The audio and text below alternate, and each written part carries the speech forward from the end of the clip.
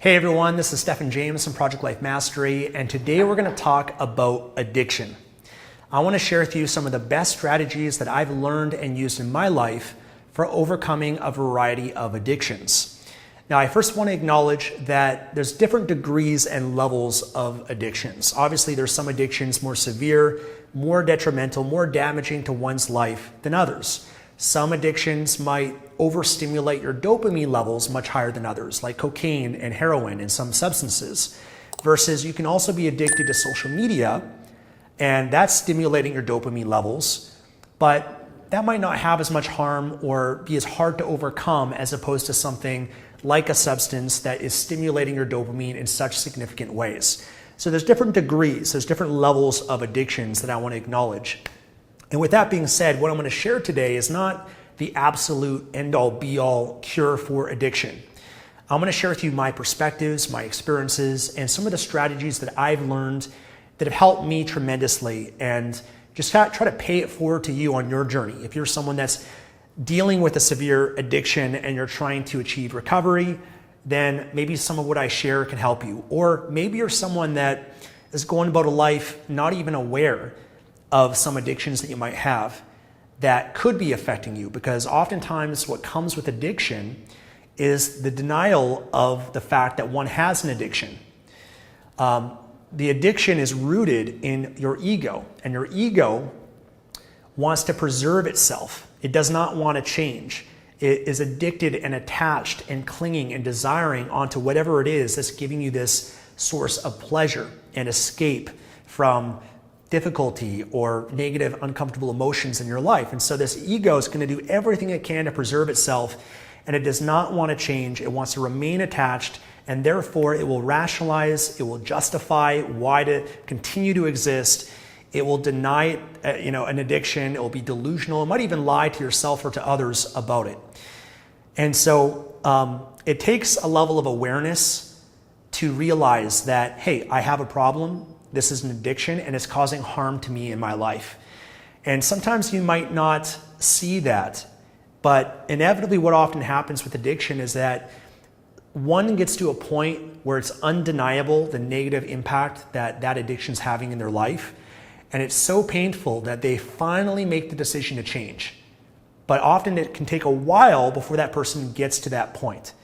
So it's a challenging journey and process, because one needs to be ready. One needs to be willing to admit and acknowledge that this is a problem and actively looking for solutions.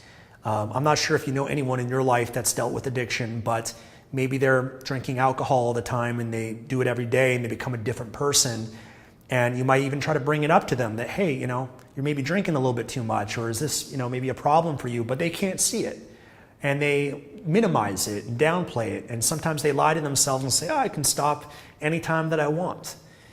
So we have to be wary of the ego and acknowledge the power of the ego and the power of an addiction. And what it really does is it humbles you so much to recognize and realize that, man, I don't know if I can solve this on my own. Maybe I need a higher power. Maybe I need God, which is one of the first steps of the 12-step program. And one of the reasons why it's effective is that it causes the person to humble themselves to this addiction, rather than them thinking that I can solve this, I can fix everything on my own. If you could have, you would have solved it by now.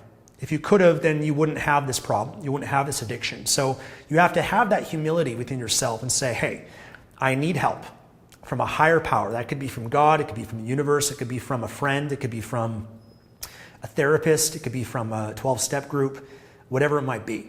But I think that's one of the first most crucial steps, is having that humility of the power of this and how it's affecting your life. Now, I want to first start off defining an addiction from my words and my perspective.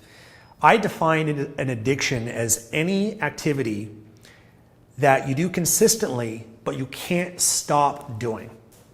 Okay, so, maybe you're addicted to marijuana. Maybe if you smoke it once in a while, you can stop for 30 days. It's probably not an addiction, but if you smoke marijuana every day and you try to stop, but you can't stop, you can't make it more than a few days, you can't make it 30 days, then in my opinion, that's an addiction.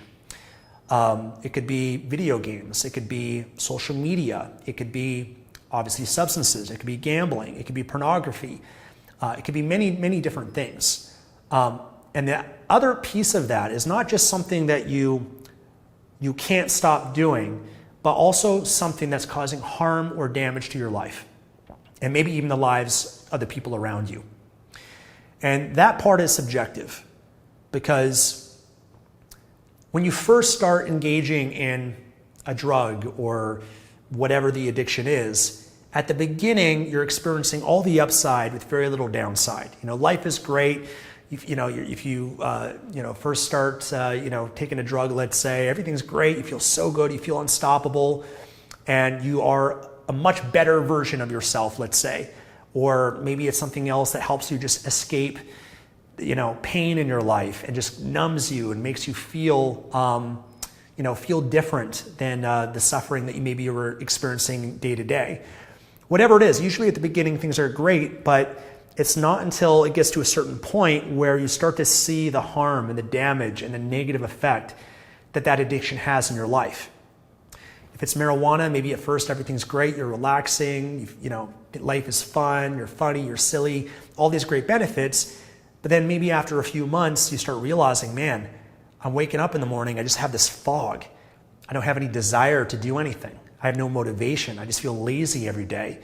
I can't get myself to exercise and eat well or do certain things that are good for myself, or you just can't perform the way that you used to. And then when you're just in this low state, everything feels numb. Nothing really gives you pleasure. Nothing really gives you joy. You don't feel love. You don't feel the spectrum of emotions. Maybe at that point, you might get to a point where it's like, whoa, the benefits have worn off. I'm starting to see these negative effects in my life. Now it's a problem. Now I need to do something about it. Oftentimes, though, the problem with addiction is that when you start to feel and experience the negative aspects of it, then the way out of that for most people as an addict is to go back to the substance, to go back to whatever that addiction is, because it's an immediate way they can feel pleasure, they can feel good. So if you're having withdrawals, a dopamine deficit state from marijuana, alcohol, drugs, whatever it is, social media, then you know that, hey, if I just take another hit, if I take another drink, if I go online and start scrolling through TikTok for a couple hours, boom, I'll boost my dopamine again, and I'll be out of this state of suffering and pain.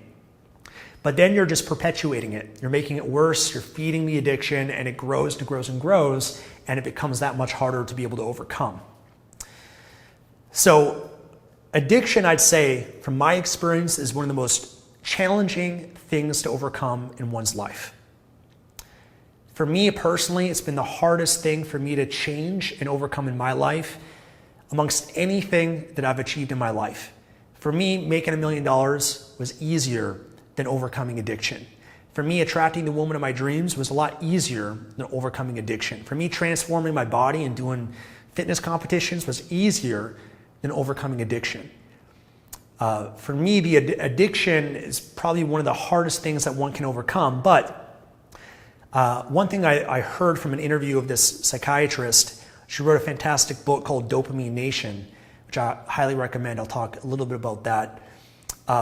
She said that the most developed people, the most mentally developed people that she's ever met and been around have been those that have overcome addiction.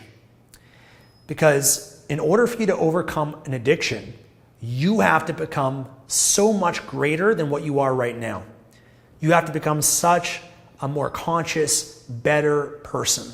You have to upgrade yourself, and the kind of person that can overcome whatever addiction that you're going through, whatever demons that you have from the past and traumas, the person that overcomes that is a more aware, more conscious, more loving, more kind, more developed emotionally human being than most people in society.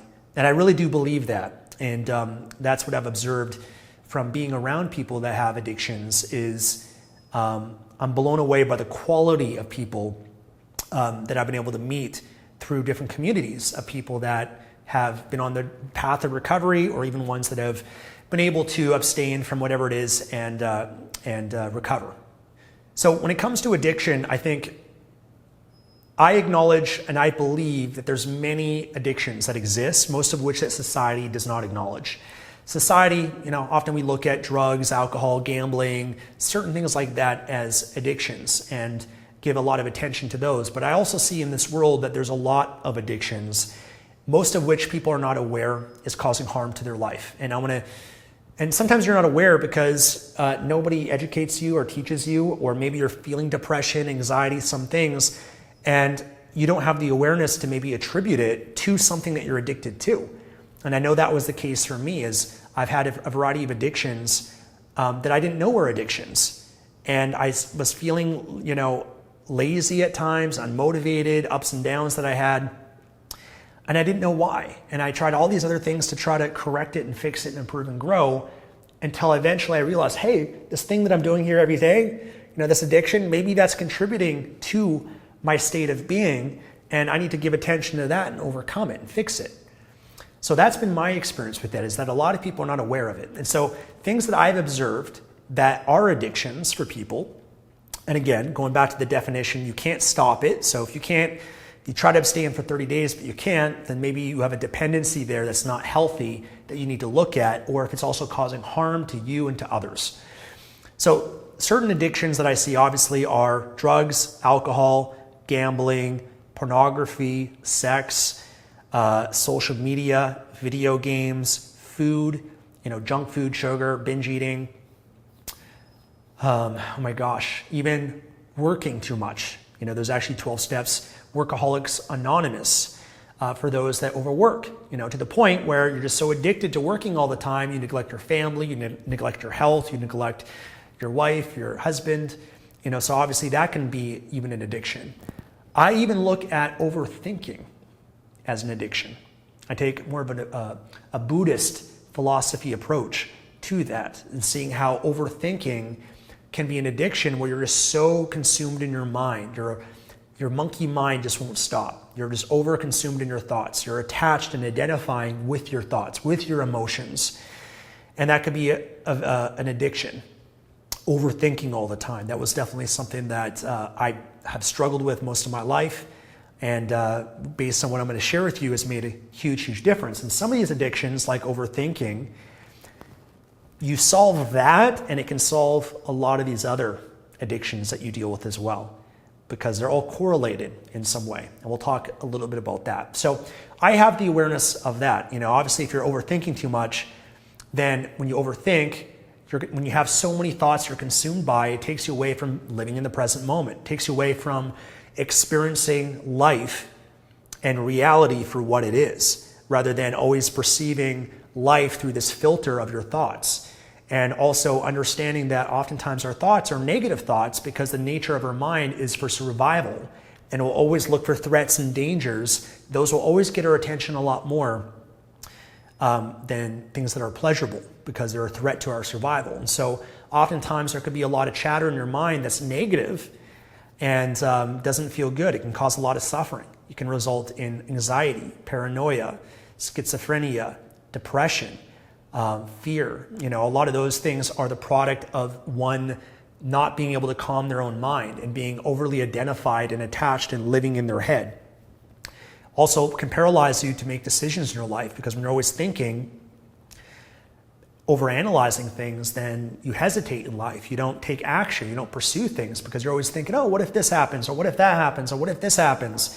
And you're always psyching yourself out and you're not taking any action. So what I'm trying to do is bring awareness to even something like overthinking can be a problem that a lot of people are not even aware of. I used to look at my overthinking as a gift, and it had some gifts and some benefits to it. It's helped me plan things better and strategize better in my life. But I've also seen how it's created a tremendous amount of suffering, and that I don't need to think as much as I am thinking and overly be consumed by thinking. I can be more conscious and more aware of my thinking. So that was one that took me a long time to get. And so I'm sharing that with you guys, and something for you just to look out for and determine whether or not that is in fact an issue that you might be dealing with. Okay. How about we dive into what I believe to be some of the solutions? So the first thing that I want to talk about is When I first started learning about addiction, I kind of tackled it from many different perspectives. Almost like if you're trying to take an island, you're going to war, you might have an attack by sea, by land, by plane. You want to attack your problem, your addiction, from multiple different angles and perspectives. And it's the same thing with addiction, where you want to attack it from an emotional, a mental, a spiritual, a physical side. Everything you can do to overcome your addiction, you want to utilize, and pursue. And so one of the areas that I was really looking at and trying to understand more about is what was happening in my brain with the addictions that I had. And some of the addictions that I dealt with have been video games. Just to give you some context, that was probably my first addiction because it was this activity that I can indulge in every single day, and I would get consumed by it, like literally 16 hours a day. I was actually on Dr. Phil, coaching the producers. They watched a video I did on YouTube about how to overcome video game addiction. And they had this one kid who had a video game addiction, and they asked me to be on the Dr. Phil show to coach this kid and give him some advice. And I was sharing my story, and to give you some idea of that, I would play video games 16 hours a day. I would skip school, go home to play video games all day. So for example, I'd get on the school bus to go to school. My mom would go to work around the same time. Once I got to school, I'd walk home 30 minutes, sneak into the house and play video games all day, skipping school, and just playing for 16 hours straight. And I could just keep going.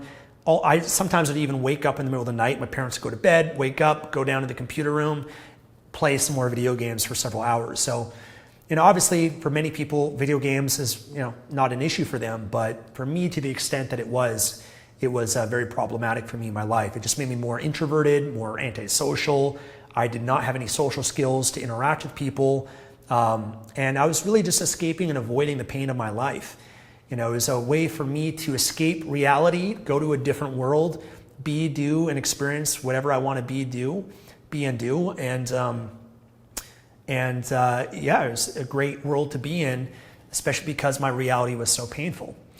I also dealt with an addiction to food. I had a binge eating disorder because about 10 years ago, when I was 24, 25 years old, I started doing fitness competitions. And I did 2 different competitions, and I went to an extreme of caloric deficit and overtraining, and was so deprived, and my body just needed food. And it would binge on food, like thousands and thousands of calories. I'd go to the store, buy a box of donuts and cookies and ice cream, and just devour thousands of calories in a sitting, and then feel so guilty, so ashamed, so depressed. Wake up the next day, going to do an hour or 2 of cardio to offset that, and then sure enough, just finding myself back in that same cycle again and again. Very difficult to get out of. I've dealt with addictions to pornography, especially when I was, very young, having access to the internet as a young boy, experiencing all these hormones, being attracted to girls, not knowing what to do with this sexual energy.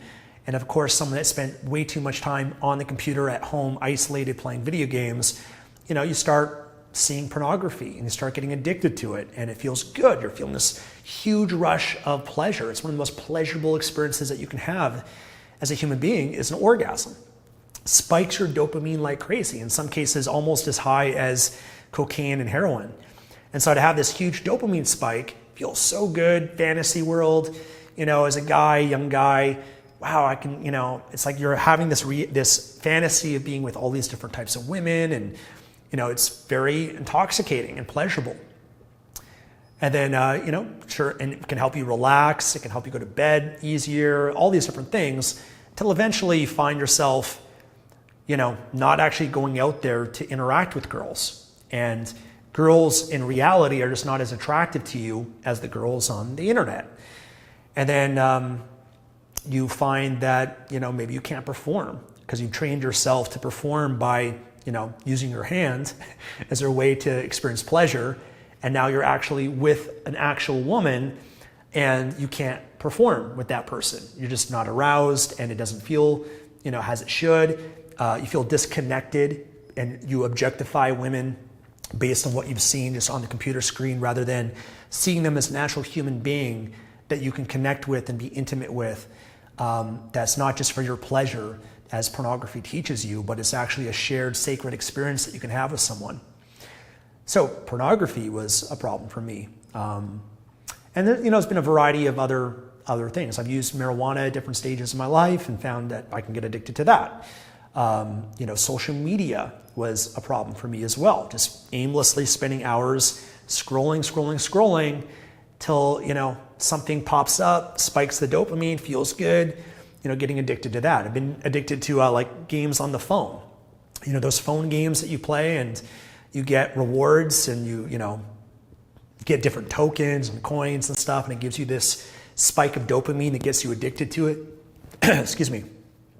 I've even been addicted to money, success. Even that can be problematic for you as well. So I've got a variety of things that I've dealt with, which have been very challenging to overcome.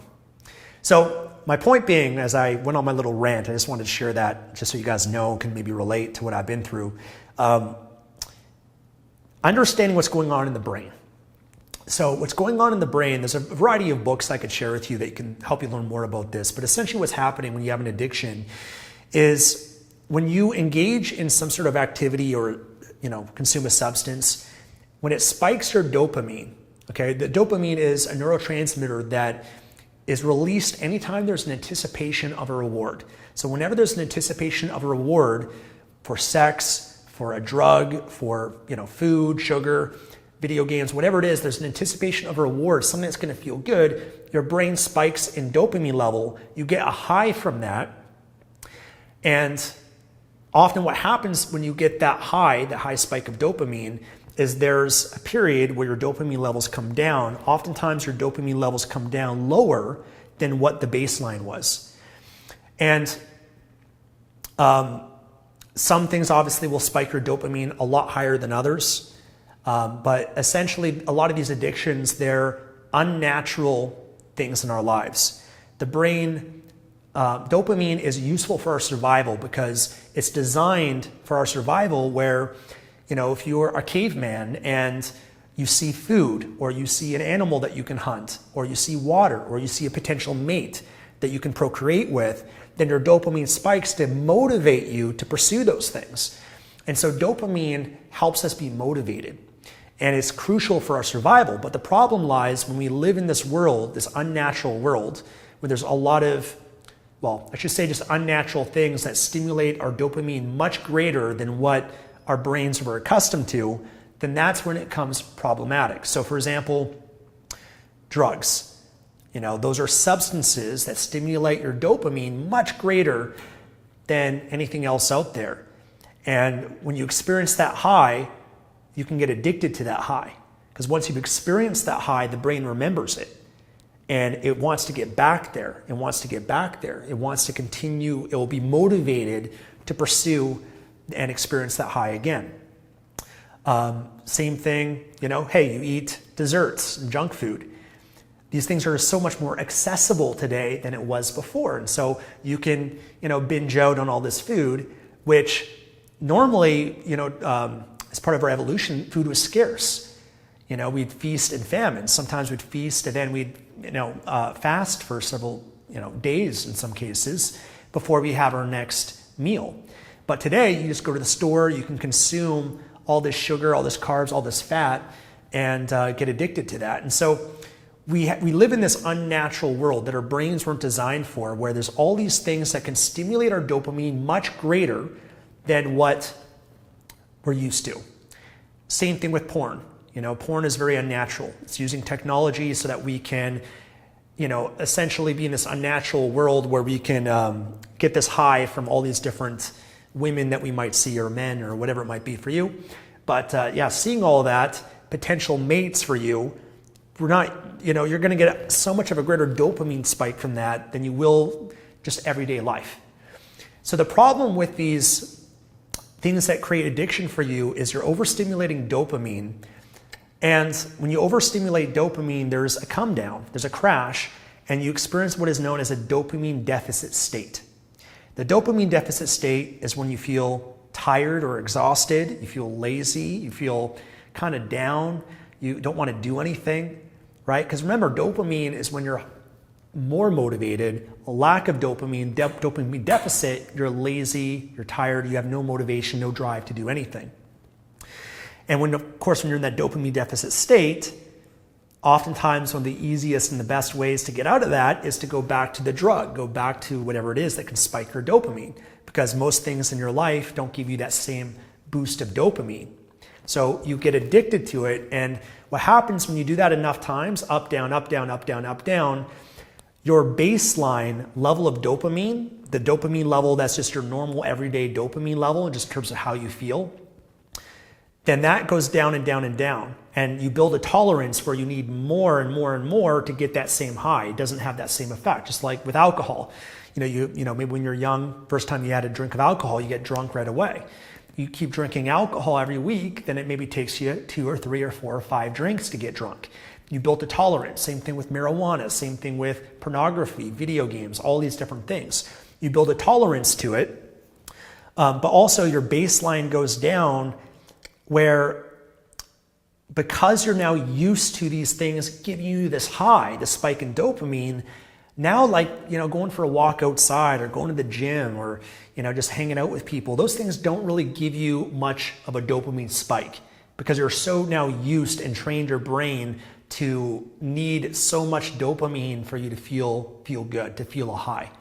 That's one of the root issues I see as addictions, and why I think that anything that overstimulates your dopamine level enough that's unnatural will have a negative effect on one's life long term. So even if, hey, you might say, I spend a lot of time on social media, but I'm not addicted to it. Okay, fair enough. But it's still overstimulating your dopamine levels in an unnatural way. And even though right now it might not be an issue for you, it might take 5, 10, 20 years from now where you start finding yourself more in a chronic dopamine deficit state, and then it becomes problematic. Technology is still relatively new. We haven't lived with the internet, with social media, for more than 10 years or so. But what's the impact of that over 20 years, 30 years, 40 years? What's the impact of, living in the metaverse and having VR goggles on and, experiencing reality very differently, and how that stimulates your brain chemicals? Now when you exit out of the metaverse and you just try to go to the beach, go for a hike, it's not as exciting. You don't get as much dopamine from that as you are used to being in this fantasy world. So from my experience and what I've observed, there's problems that can arise and can lead to. And in terms of the solution, first recognizing what's happening in the brain, obviously the solution to that then is to reduce and eliminate things that overstimulate your dopamine so that you can allow your brain to reset itself. The great thing is that our brains are plastic. It's called neuroplasticity. There's a great book called The Brain That Changes Itself by Dr. Norman Doidge, and explains how the brain is malleable. It can mold itself and change based on how we're living our lives. And so if you can start to abstain from activities and substances that overstimulate dopamine, at the beginning it's very challenging because you're used to it and you're going to have withdrawals.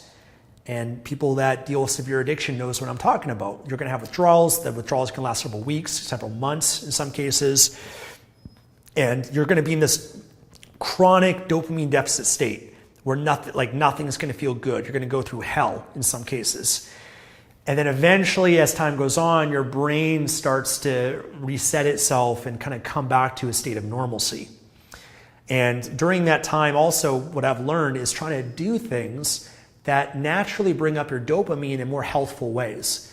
So a variety of things that can help someone deal with, addiction and just kind of help their brain in better ways is exercising every day, going for walks, getting outside, eating healthier, building some positive habits in their life and keeping themselves busy and productive with things that are healthy, that make them feel good, give them some dopamine, but it's just not to the, it will help them cope a little bit better, especially if you're just alone by yourself, isolated all the time. You're going to be much more likely to indulge in something that's going to give you that dopamine hit. So that's the first aspect that I want to talk about is understanding your brain, understanding that the solution is to do some dopamine detoxes. Okay, maybe you decide, and by the way, maybe you're dealing with a severe addiction, but you have all these other little addictions. It can help just to try to eliminate, hey, you know what? I'm going to spend less time on social media. I'm going to set up a screen time on my iPhone. I'm just going to limit my time on social media just to 10 minutes a day. Just reducing things like that will help reset your brain, and it can actually help you overcome some of these bigger addictions a lot easier. And part of that too might require you to change your lifestyle. Maybe your addiction mostly lives in the evening time when you're just there by yourself, bored, and you're more likely to act out. Well, you might have to change your lifestyle and do some things in the evening. Maybe go out with friends, maybe take up sports, maybe take up a new activity. Those things that will keep you engaged away from the danger zone of where your addiction oftentimes can live. Okay, so the next thing I want to talk about is the biggest thing that I've been working on in my life. And it's a practice, a daily practice that has been around for thousands of years. And it's one of the most powerful practices that one can do. And that's the practice of meditation. Now, I know many people when they hear meditation, I already know about meditation. I've tried meditating before, or there's just a lot of resistance to doing it. And for me, I resisted meditation for years and years and years. I had friends that did Vipassana, like 10-day meditation retreats. I've got friends that have done it multiple times. Stefan, you got to meditate, you got to do Vipassana.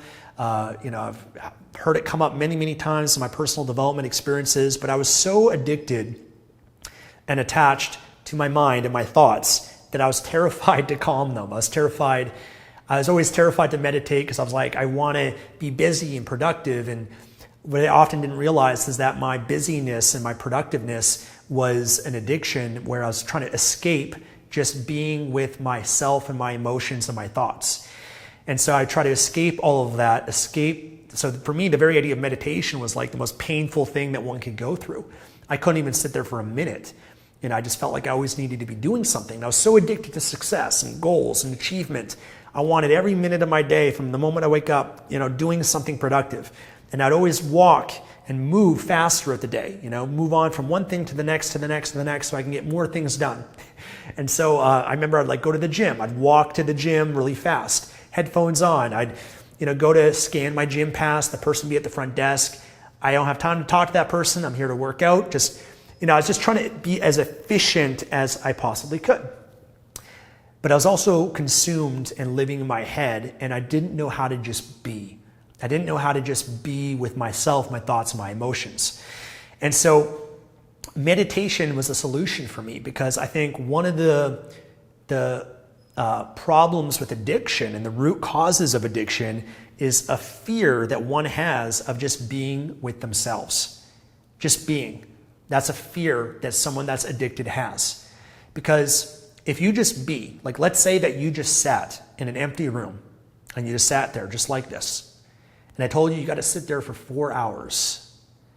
For an addicted person, they'd go crazy because if they just were just to sit there for 4 hours, they couldn't do it. They'd have all these uncomfortable feelings come up, all these uncomfortable emotions come up, all these uncomfortable thoughts come up.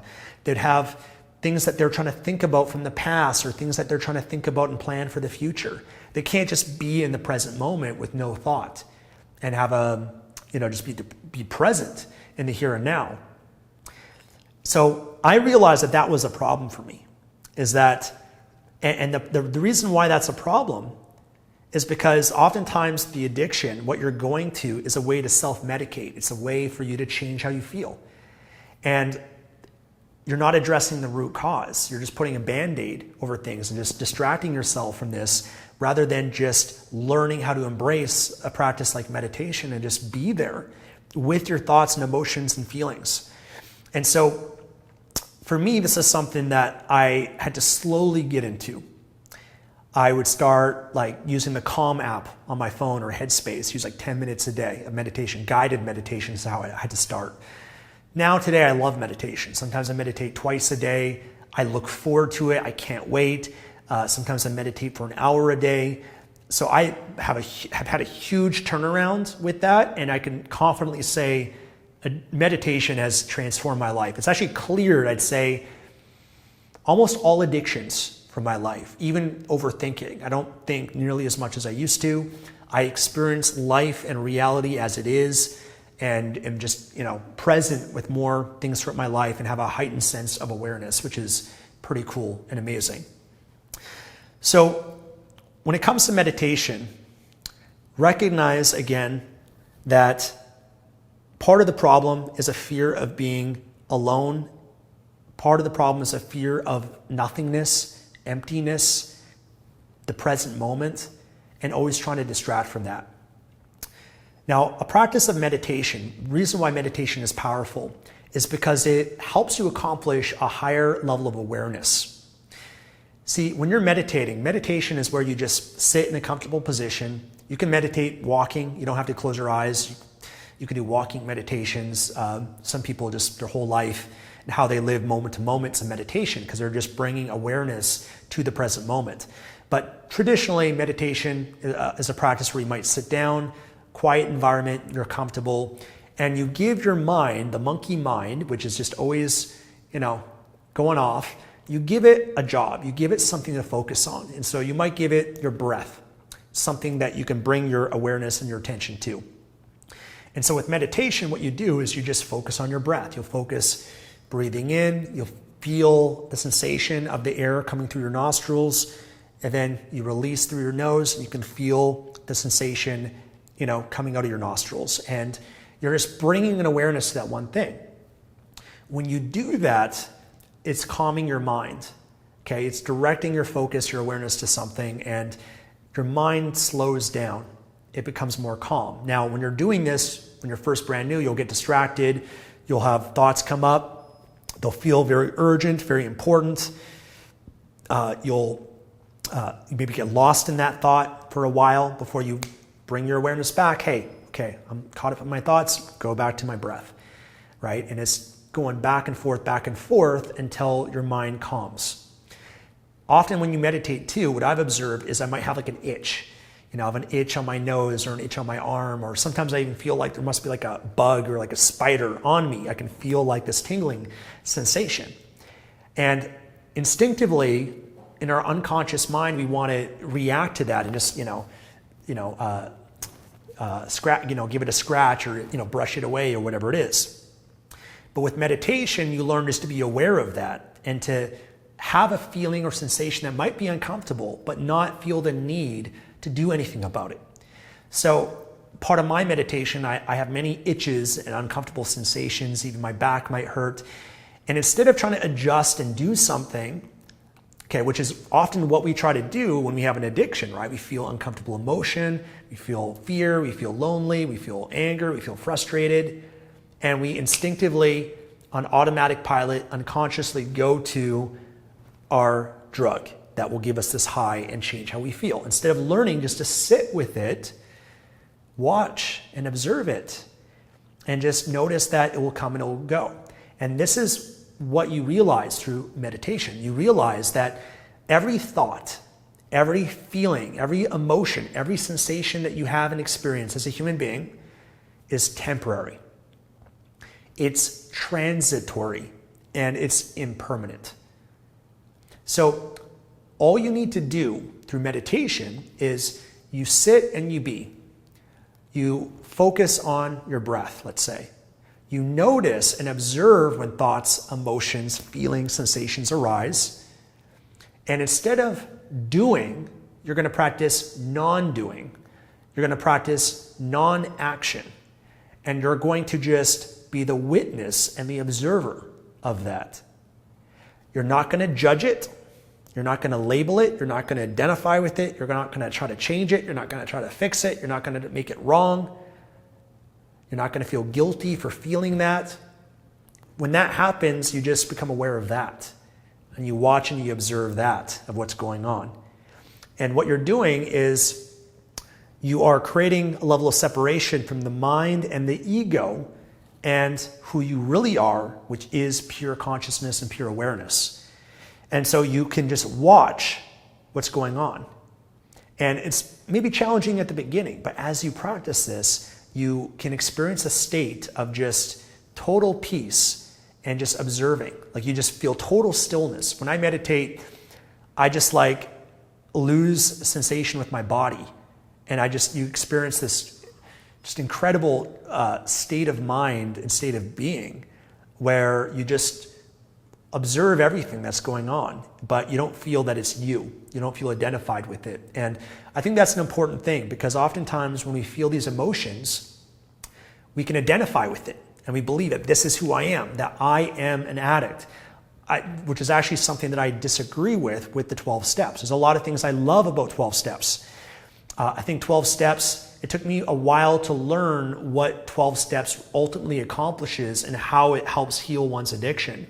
Because when I first started, exploring the 12-step program, I was like, how does this cure addiction? Because all you're doing, you surrender to God, you take inventory of things in your life that you've wronged or whatever, you're, making amends, you're trying to be a better person, all that. But I'm like, it's not really directly addressing the practical aspects of addiction. And so I was always kind of confused from that at the beginning, but I still did it because I thought it'd be a great personal development practice. The 12 steps ultimately helps one raise their consciousness to become a more spiritual person. It's essentially a path towards God. It's a path towards spirituality and becoming a more aware and conscious human being. Because when you start living your life with love, forgiveness, compassion, and start practicing a lot of what you learn, being an honest person, having community, all those aspects from it, you grow in consciousness, and at a higher level of consciousness, your addiction does not exist. And meditation helps you raise one's consciousness as well. David Hawkins, he's got a book called Power versus Force. He outlines the different levels of consciousness. And I think we can all agree there's different levels to consciousness. Whether or not you agree with his numbers and his way of testing, I'm indifferent towards that. But in terms of, we can all recognize anger, shame, guilt, frustration. Those are lower levels of consciousness. But on the other hand, courage, love, joy, peace, those are higher levels of consciousness. And so the more that we can raise our consciousness to those levels, then, especially out of those lower levels of consciousness, then we no longer feel the compulsive nature of an addiction. We just feel more at peace, you feel more oneness, you feel more awareness in your life, and your addictions don't really exist. That's been my experience and what I've concluded at this stage, what the 12 steps accomplishes, and I don't think many people know that. And for me, it kind of took me learning a lot of other things to kind of piece that together and see what was happening there. Okay, so back to meditation. So I think having a practice where every day you meditate, and it might take time. Listen, I get it. It took me years to get to where I'm at with my meditation. Like it started off intermittently. It started off just here and there, 10 minutes here and there. And I started seeing some benefit, but not right away. It took really months, even like a year plus, 2 years, I'd say, where I've started seeing big differences, especially with where I'm now. I'm seeing massive differences in my life in terms of my awareness and just how I feel day to day. So I think meditation is one of the antidotes. It's one of the antidotes to one's suffering. And meditation, it's been around for thousands of years, but the Buddha, who was once Prince Siddhartha, he was a prince, he had all the wealth, he had everything, he lived in a kingdom, he had everything, all the pleasure that one could experience in life, but he wasn't happy, he wasn't fulfilled. And it's not until he saw suffering that existed that he decided, I'm going to figure out how to put an end to suffering. And ultimately what he concluded by leaving and giving up all that he was attached to, his family, his kid, his wife, his money, all of that, he left all of what he was attached to pursue truth, to pursue the end of suffering. And he tried a variety of different paths, but ultimately through meditation, he was able to understand what causes our suffering, which is attachment. It's this desire and clinging and craving to things that create suffering within us. And if instead you can dissolve that just by watching that craving that you have within yourself, that temptation you have to act out, You learn that that is an emotion, a sensation that you just watch and observe through your meditation, which translates to your day-to-day. Then you no longer feel the need to act on it, because an addiction is when you have an unconscious response or reaction to something. You feel a certain way, you have a thought, a trigger, and then you act out. Meditation helps you to slow all of that down so you can it doesn't happen so fast. You can slow it down, and it creates space between each thing that's going on within you. So with meditation, you're like, oh, I feel I have this thought, or I have this emotion. You don't even identify, oh, that's a bad thought, or that's a good thought, that's a good emotion, that's a bad emotion. Instead, you just watch it, and you find that it fades away on its own. It goes away. Because going back to what I said about all emotions and thoughts are temporary, when you just watch and you observe them, they fade away. They dissipate. They're like clouds in the sky. If you just sit there and look at the clouds, it might not seem like they're moving, but if you sit there and just look at the clouds, you see they slowly move. They slowly move. Maybe it might take 10, 20 minutes, and then the clouds will be way over there. And it's the same thing with your thoughts, is that they come, your emotions, they come, they arise. And not unless if you hold on to it, you attach to it, you identify with it, you keep it there. But if you just watch and observe and just let it be, then it will fade. It goes away. And you feel peace, and you don't feel identified with them. That's the key. That is the key that I've discovered, probably the most powerful strategy for overcoming addiction, at least for me in my life, is having that level of awareness where you don't feel the need to act out. You don't feel the need to act out on every emotion. You just watch and observe that emotion, and you just learn to let it go. You learn to let it go. Now, there's also a practice that you can do called the letting go technique. And there's a book called the Sedona Method. There's a course on the Sedona Method as well. And I'll link to some resources for you guys if you want to go down this path. But the Sedona Method is when you feel an emotion or a thought or resistance, or wanting to control something in your life, or having this desire, or wanting approval or security, whatever it is. When you notice these things come up, and you could even do a practice every day where you just allow these things to be and come up. Maybe you have a list of things from your past, maybe traumas from your life, things from childhood. You can heal them, not by trying to fix it, but instead just allow the emotion to arise, to watch and observe it, to welcome it. Oftentimes when these uncomfortable emotions show up, we go like this inside, right? Instead, what you want to do is go like this. Just welcome it, allow it to be. You watch it, you observe it, and you just allow it to run its course. And when it runs its course, it goes through you. It's got nothing to stick to. And so this emotion, this thought, it comes, it goes, and it comes and goes, comes and goes, and comes and goes, but eventually it runs out. And it no longer comes up because you just let it be. You let go of something instead of suppressing it and repressing it, which is a way to keep it there perpetually forever until you finally decide to open up and to let it go, to release your attachment to it. So that's one way you can actually heal a lot of these pain and suffering that is also at the root cause of causing you to act out. You have a practice every day, and even all throughout the day. For me, whenever I have an uncomfortable emotion or thought, I just sit there, and it's not always. Sometimes I'm unconscious. Sometimes I don't have this awareness, but you get better and better as time goes on. But you just watch and you be with it. You let it pass. You learn to tolerate it and just be comfortable with it. And when you can learn to be comfortable with uncomfortable emotions and sensations and thoughts, without having that need to change it, without having that need to have pleasure and have a high, at that point, you don't act out anymore. You don't act out whenever those triggers and those things occur for you. And as you're doing this, simultaneously, your brain is healing itself.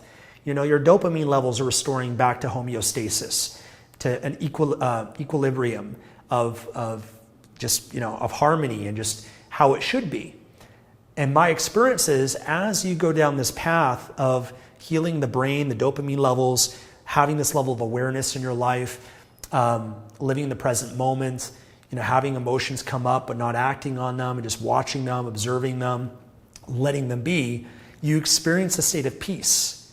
Like you're just letting go of all these things that were swept under the rug, and this big relief of this burden, comes out, and you just feel more peaceful, calm, and at peace in your life, and joyous, and just really, really good. And then what you find is that things give you pleasure very easily.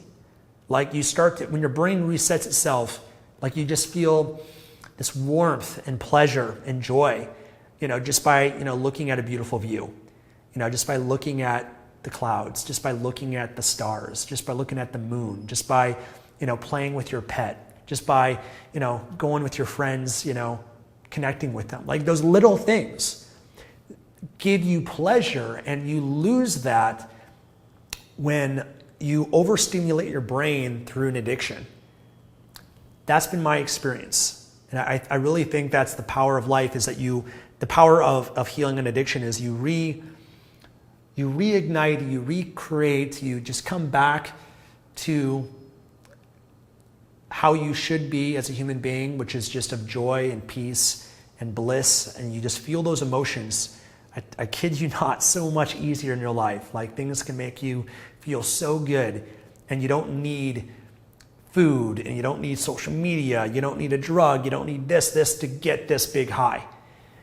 You just get addicted to the high of just normalcy and just everyday phenomena that occurs around you throughout life. And it's all amazing and beautiful if you change your consciousness. You experience life through the level of consciousness that you are. And so as you grow in these ways and you reset your brain, you just experience life in a very beautiful way versus a very ugly, awful, angry way that you might at a lower level of consciousness when you're stuck in that addiction. If you're stuck in guilt and shame and anger and frustration and all these negative emotions, you'll look at life and everything sucks. Everything looks horrible. Every, thing is just maybe a reminder to your suffering, but you clear all that out and you're in a place of peace and joy and love and all of that, then everything that you look at and experience is beautiful. And I think there's so much there to be gained that's far greater than obviously the addiction, but I think that those that go through a path of recovery, there's a gift in recovery that it can allow you to live life at a much more beautiful and amazing level than I think most people ever will. And when you get to that point, you can look at your addiction as a gift, because you're like, wow, if I didn't have that obstacle, that opponent in my life, I wouldn't have grown in the ways that I have. I wouldn't have had these realizations. I wouldn't have grown to this place of consciousness, this place of awareness, and I wouldn't be able to experience life at a much higher and better level than most people in our society will if it wasn't for this addiction. So I want to conclude here and maybe just share with you you might not see this in the time being. And there's many times through me, my addictions that I've had, I didn't see this, but I had faith in it. I had hope in it. I knew deep down inside that this was a gift. That, yes, it fucking feels like hell going through this, but on the other side of this, man, the ways that this is going to force me to grow, to learn, to get better and better in my life and myself, enjoy my experience of life internally and not needing anything on the outside, nothing external to feel amazing. On the other side of that addiction, it's all going to be worth it, and it's going to take me to places I never would have gotten to if it wasn't for it. So that's something to have faith in. You're going through this for a reason and a purpose, and on the other side, man, life is going to be so much better. And this addiction is a gift, maybe from God, maybe from the universe, to help you grow and to learn and grow in the ways that you can. So I'm going to conclude it here, guys. There's a lot of information I've thrown at you, and I've gone pretty deep on this into obviously meditation, some Buddhism, Taoism, a variety of different philosophies that exist that we can kind of pull things from and utilize from this. But these are things that have all helped, and I want to encourage you, if you're going through this, keep going, keep learning. There's ups, there's downs. Read books, learn as much as you possibly can. I'll share resources with you. Go, get a community, go to 12-step groups, whether it's online, whether it's in person, maybe get a therapist. Some therapists are good. Some of them, unfortunately, not as good. So obviously you need a good therapist, but you'll get benefit from almost anything, I believe, having someone to talk to or someone that has experience with this. And keep attacking it from every different angle, If you've got, traumas, maybe that's the cause of it. I don't know. I've had some traumas in my life, but I was like, is that really causing my addiction? I don't know. I'm going to probably heal them anyways, though. I'm going to still attack it from that angle. Take care of yourself, value yourself, exercise, eat well, meditate, all these things, guys. Continue doing them, cultivate them, and make it so that you and your life is so great that this addiction is just not even a part of it anymore. So I send you love. I appreciate your time, and I have no doubt that you'll be able to overcome this. I believe in you. I love you, and you are going to be free from this once and for all. I truly believe that. It's just a matter of time. I love you. God bless. See you again in the next video.